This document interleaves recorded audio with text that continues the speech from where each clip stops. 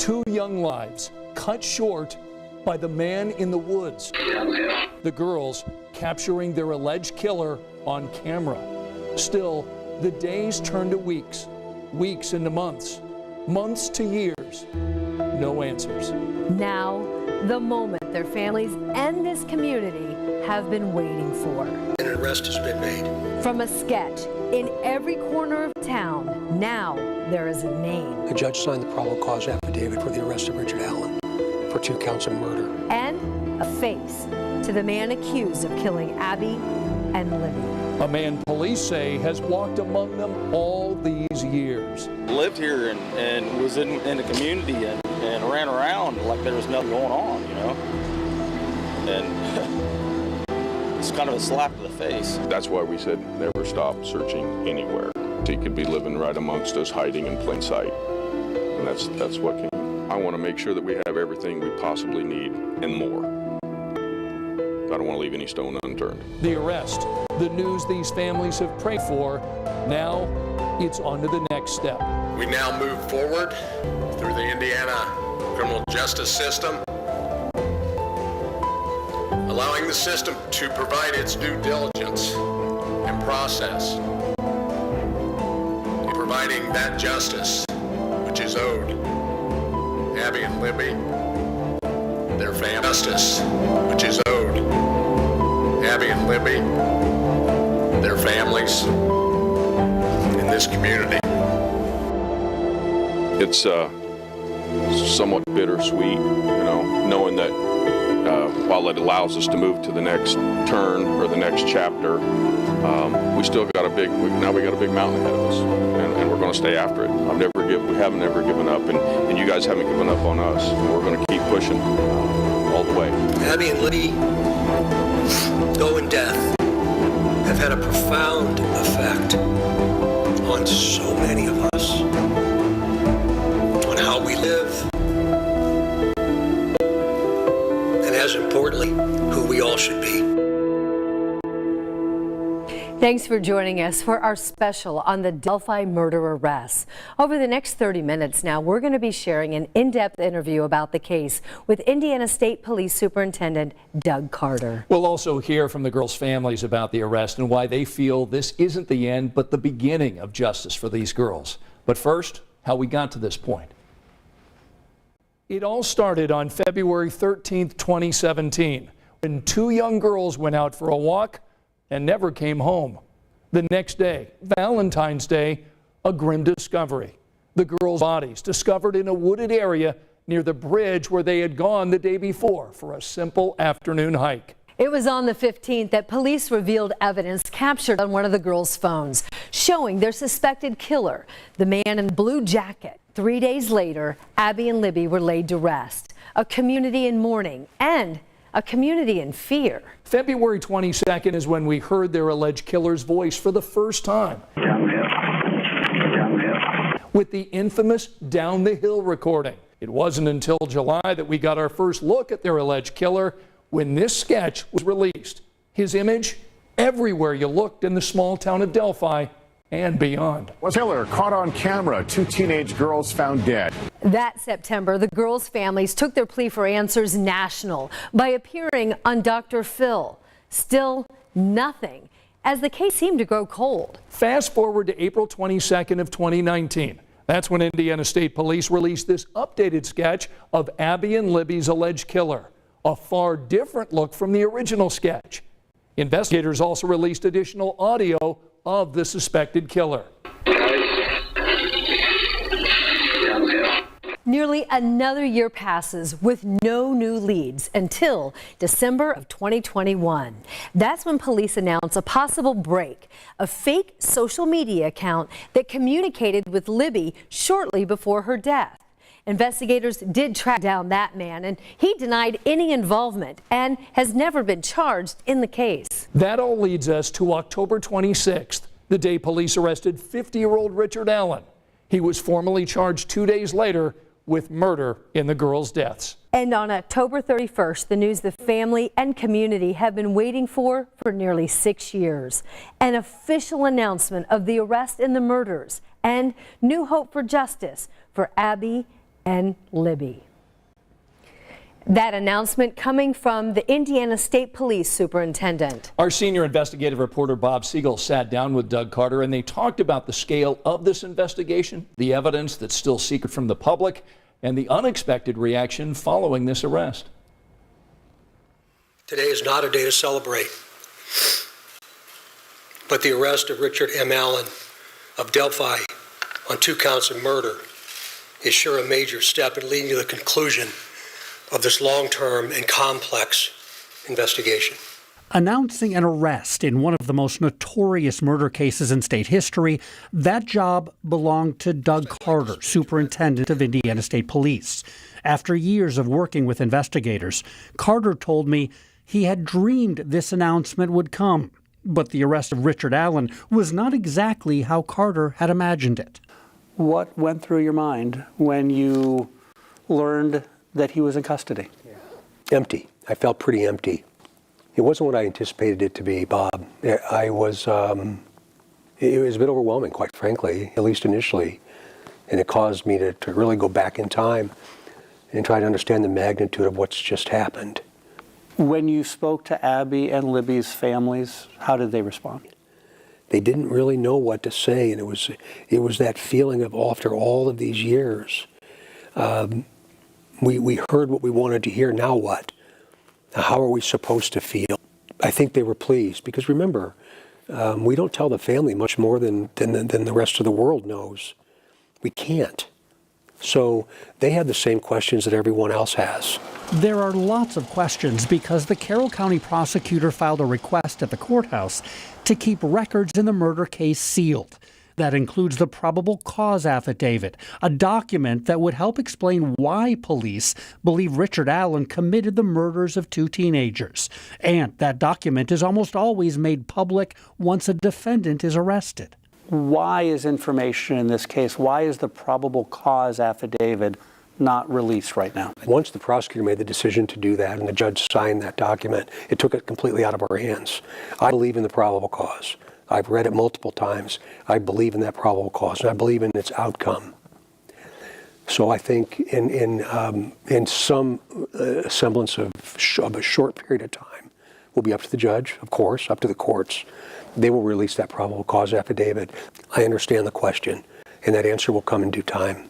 Was there a request by Indiana State Police to keep it sealed? No, not that I'm aware of. Do you support keeping it sealed, or do you believe that it should be released? I think it should be released, but I also think there's value in a period of time to keep it sealed. Again, in time, the strategy will be clear. 13 News asked the state police superintendent if he believes anyone else participated in the murders and if another arrest in the case might be coming. Do you anticipate there could be other arrests in this case? There always could be other arrests with any case. It depends on what we learn.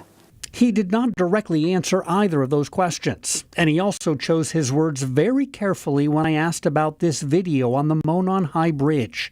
Police say Libby German secretly took the video on her cell phone on the day of the murders, and the video also captured a man's voice. Indiana State Police said this man was a person of interest, a prime suspect in the murders of Abby and Libby.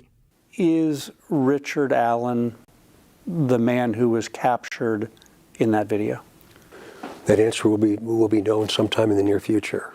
While Carter won't talk right now about the evidence, he is very confident that police have identified the killer.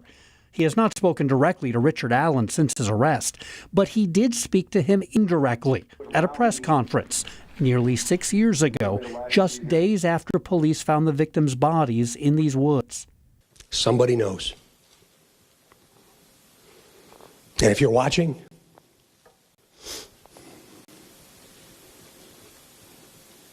we'll find you. Did you find that person? We did. We did.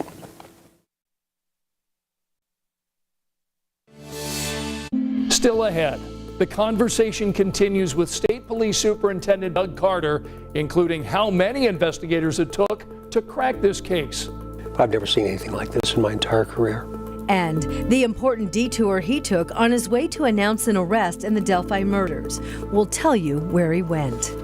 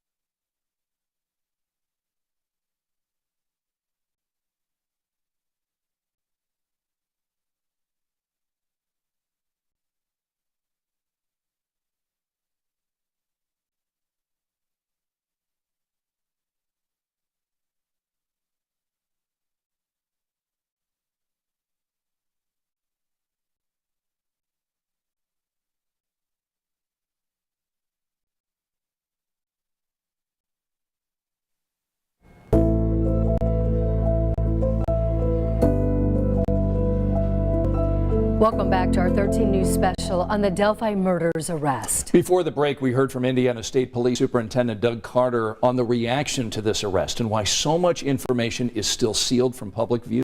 Our Bob Siegel now with more on the unprecedented scope of this nearly 6-year investigation and also the surprising stop that Carter made the morning of that news conference. In the nearly 2,100 days since 2 teenagers were found murdered in Delphi, the case has attracted investigators and detectives from local, state, and federal agencies who all have tried to solve the same question: who killed Abby and Libby? Do you have an idea how many individuals, how many investigators have participated in this case and in an attempt to lead to an arrest? Hundreds over time. Are you aware of any other cases that have had that many individuals participate from an investigative standpoint? Bob, I'm in a year and a half or so, I'll finish my 40th year. I've never seen anything like this in my entire career. I think one of the reasons is because it's captured the attention of the world, because it's Everytown USA. It's Everytown USA. It's your daughter and it's mine. It's her friend and it's my daughter's friend. I think that's one of the reasons that it's captured the attention of really the globe. But there are other unsolved homicides in Indiana, in small towns very similar to Delphi, some involving children even younger than Abby and Libby, cases that have received far less attention than this one. Following an arrest in Delphi, Carter said those cases are also very much on his mind, and he mentioned one in particular. I want to talk about Flora. He's talking about a deadly house fire in the town of Flora, just 10 miles from the murder scene in Delphi. The fire happened 6 years ago inside this house, trapping 4 young sisters who all died. Investigators say the fire was arson. The deaths are homicides. On the day of this press conference to announce an arrest in the Delphi murder case, Doug Carter said this is where he came first. At this crime scene, which is also still under investigation by Indiana State Police. I sat across the street in that gravel lot and looked at that house that has the same exact remnants of a fire that we saw now almost 6 years ago this month. Boarded windows and black soot on the outside, and it just broke my heart that it was still there because I hadn't seen it in some time. The cases the investigations are very different, but the tragic outcome is the same when there's loss of life. And I hope that one day we can do the same thing, but we have to hear from people. And I hope that one day State police said they have not gotten many tips on who set the fire that killed these girls, but tips continue to pour in on Delphi. Tens of thousands of tips before the arrest, hundreds more after, during an investigation that Carter says is still ongoing after more than 5.5 years. Did you think it would take this long to get an arrest? That's a tough question to answer. This has ebbed and flowed for me. I was confident we would get an arrest, and I had hoped that it would be in a reasonable amount of time. But that reasonable amount of time grew to be longer than I thought. Have you ever had doubts and worries that there would not be an arrest in this case? I did, but I fought it. It's haunted me. Yes, I have. And then I'd pick up the phone and I'd call one of those detectives and say, hey, it's me, how you doing today? And I'd hang up that phone and I'd think, oh man, they don't feel that way. So I would be at peace again. Are you at peace right now? Yes. I see the culmination of extraordinary effort and hurt and pain in the community that will begin now hopefully to heal. But again, we're not done. We are not done. We're not going to leave that community until this is over. Carter says he believes more information about the actual murders, including evidence that led to Richard Allen's arrest, will be publicly released within just a matter of weeks. He says it will be both helpful and very painful because it's going to force the families and also the Delphi community to revisit the pain and trauma that they've experienced that will never go away. We haven't ever given up, and you guys haven't given up on us, and we're going to keep pushing all the way. We'll hear from the families of Abby and Libby, who've always held on to hope their killer will be caught.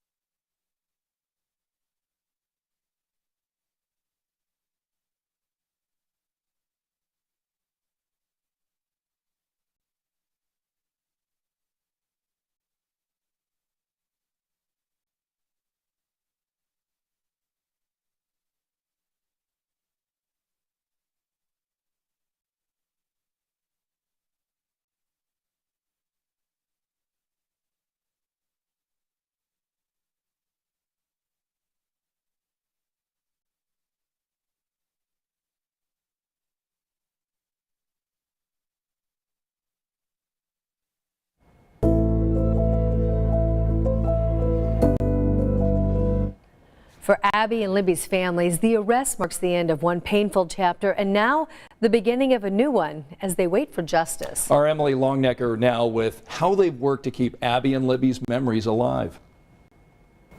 It's something they've lived with every day for almost 6 years. Along the way, the families of Abby and Libby sharing with us what it was like to wake up every day knowing the person responsible for the girls' murders was still out there.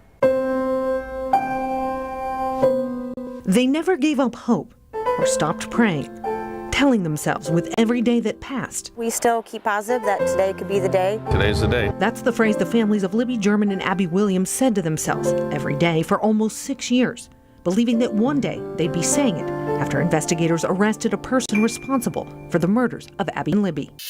That day finally came when police called them to say they had a person in custody. That's why we said never stop searching anywhere, because we didn't know where he was.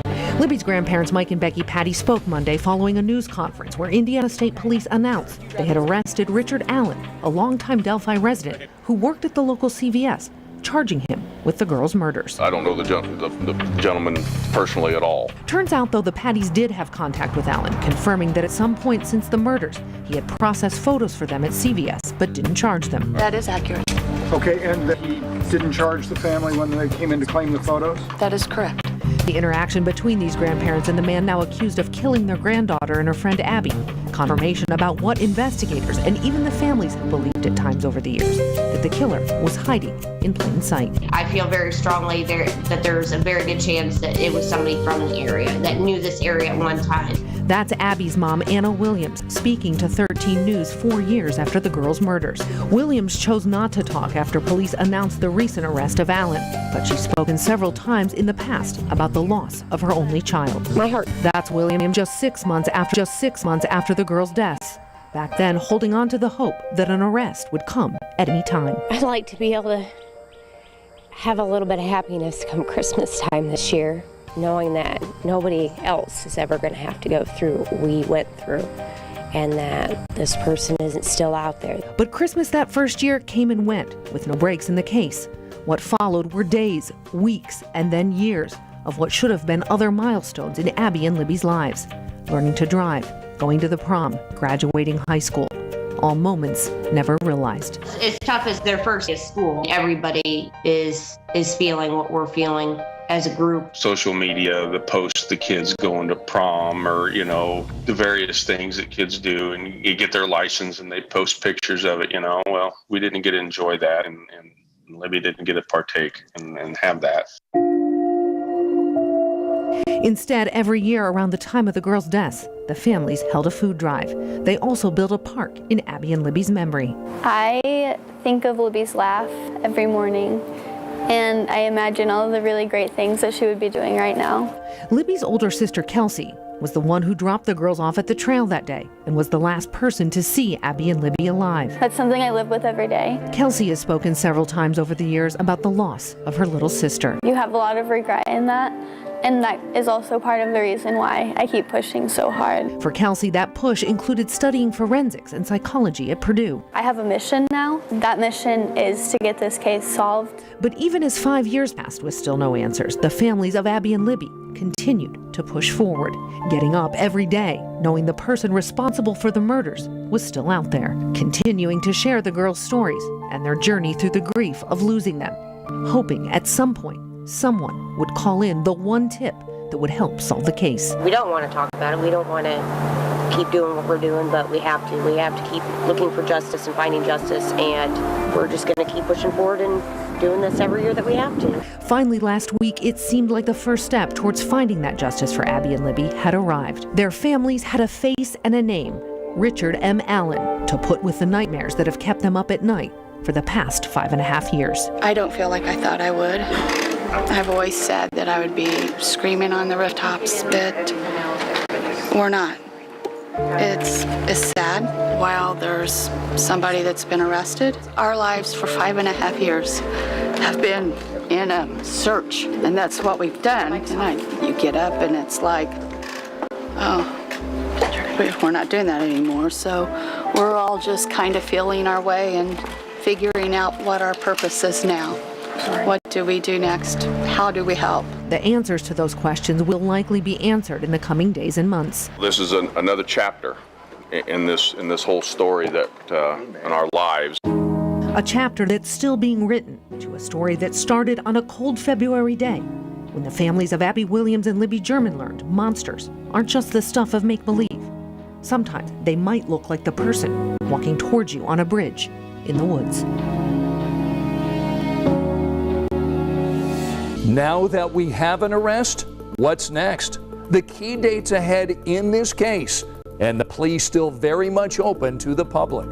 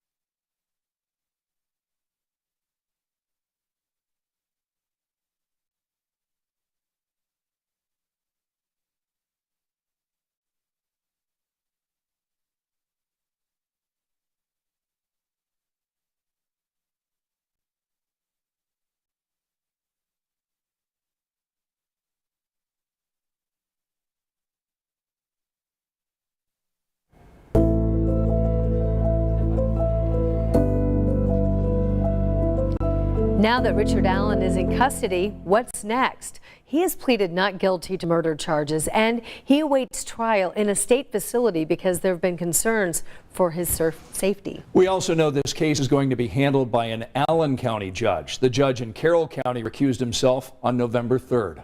Allen has a hearing coming up on January 13th. That's just 1 month short of the 6-year mark since these two girls disappeared. Right now, his trial is set for March 20th. As you've heard, investigators have made it very clear this is not over yet. In fact, right now, they're still seeking any and all tips in the case. So if you know anything, the tip line is right there on your screen.